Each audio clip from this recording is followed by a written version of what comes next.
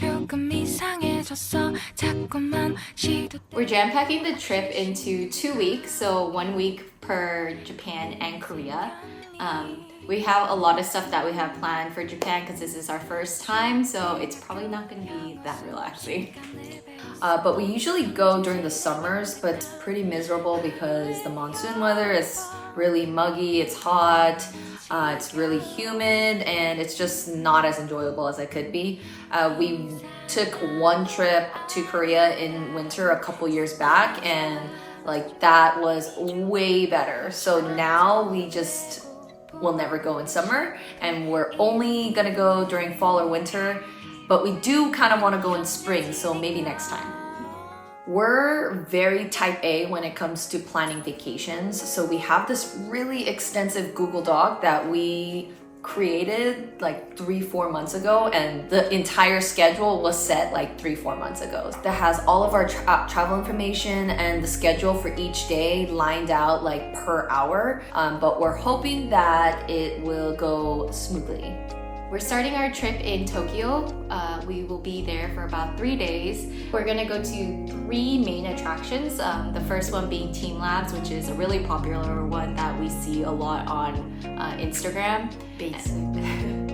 And then the Art Aquarium Museum that has a whole bunch of goldfish, I believe. And the Shibuya Sky, which is at night. Which we're going at night because Rachel messed up on the booking and didn't tell us we had to book it in advance. Oh, it was on the dock. So after Tokyo, we're gonna head to Mount Fuji for one night. We're only staying there one night to experience the onsen and have like this really nice view, because the hotel that we have has a rooftop onsen that has a view of Mount Fuji. So hopefully it's not cloudy and we have a good view of that.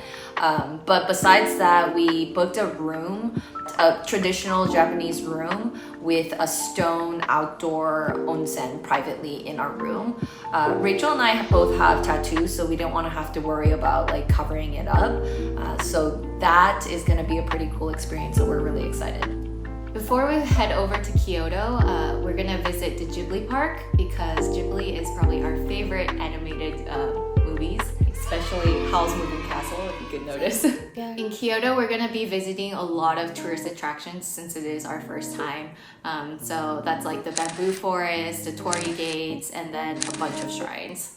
Basically just aesthetic photo locations. Yep. So we're gonna end our Japan trip in Osaka, and then we're gonna stop by the Osaka Castle and then also visit the Nara Deer Park. Our older sister went to Nara Deer Park and a deer bit her stomach. We heard that sometimes they get pretty aggressive, so they recommend that you avoid the males just because they are a bit pushier when you have the deer snacks. After Osaka, we're gonna head over to Seoul. It's probably our 4th time going to Korea, so we're not gonna do much of like the tourist attractions, and it is purely our treat yourself trip. Like Rachel said, we've been to Korea multiple times, so we're really just going for the shopping and for the good food. But we are squeezing in a day trip to Busan because it's been a really long time since we've been to Busan. Plus, we were on like one of those Korean tours, so we weren't able to really just go out and do what we wanted. So we have a few locations that we've seen that we've have never visited. So that's something new that we're doing that we don't usually do. But primarily in Seoul, we have a whole bunch of appointments. Basically, we're getting our hair done, we're getting our nails done, we're getting facials, and Rachel and I are both gonna get 2 more tattoos.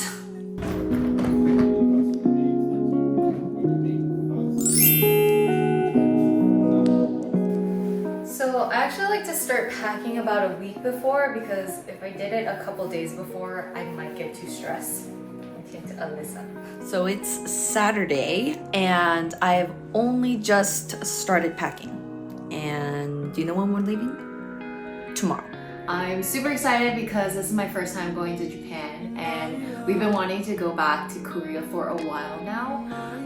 We are going during like probably the perfect season, which is fall, because the weather is supposed to be from like mid to low 60s. So that means I can wear all of my jackets. I'm usually not a procrastinator when it comes to planning and getting ready for trips, but because I'm taking an extra week off from work, I wanted to get everything done and squared away before I actually leave so I don't have to worry about it during my trip. And yeah, so now I'm starting and we're leaving really early tomorrow morning, and I just need to make sure that I have everything squared away. But what I do is throughout the week, I kind of think about outfits that I want to wear, and then I just go ahead and grab those pieces and then toss them into my luggage right here. It does make a huge pile of clothes that might look like laundry, but it's not. My sisters make fun of me all the time because they're like, "You're such a messy packer." Unlike Rachel, who packs like a monster, Oh my God! I like to have a nice orderly way of packing. I will have to say in my defense, my mom also packs like this, so I think I just got it from her. Joe, do you want to go to Japan and Korea with me? You want to go? Yeah? I'll put you in.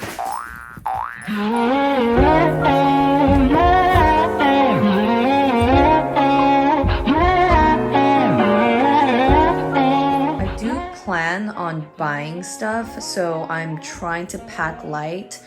Rachel and I are gonna swap some outerwear, so we're also condensing that so we're not taking double the amount of stuff. This is a 3-in-1 charger. If you guys don't have this is super handy for traveling and to be able to charge. So this charges your phone, it sits here, and then you can charge your Apple Watch right here. This one's for your AirPod, so if you don't want to take separate chargers, you can just take this, and there's just one charge for all 3 items. And my Steam Deck. This thing is massive, but I'm gonna take it because I'm playing Hogwarts right now, and I haven't played in a really long time since I started work, but I'm planning on playing on the plane.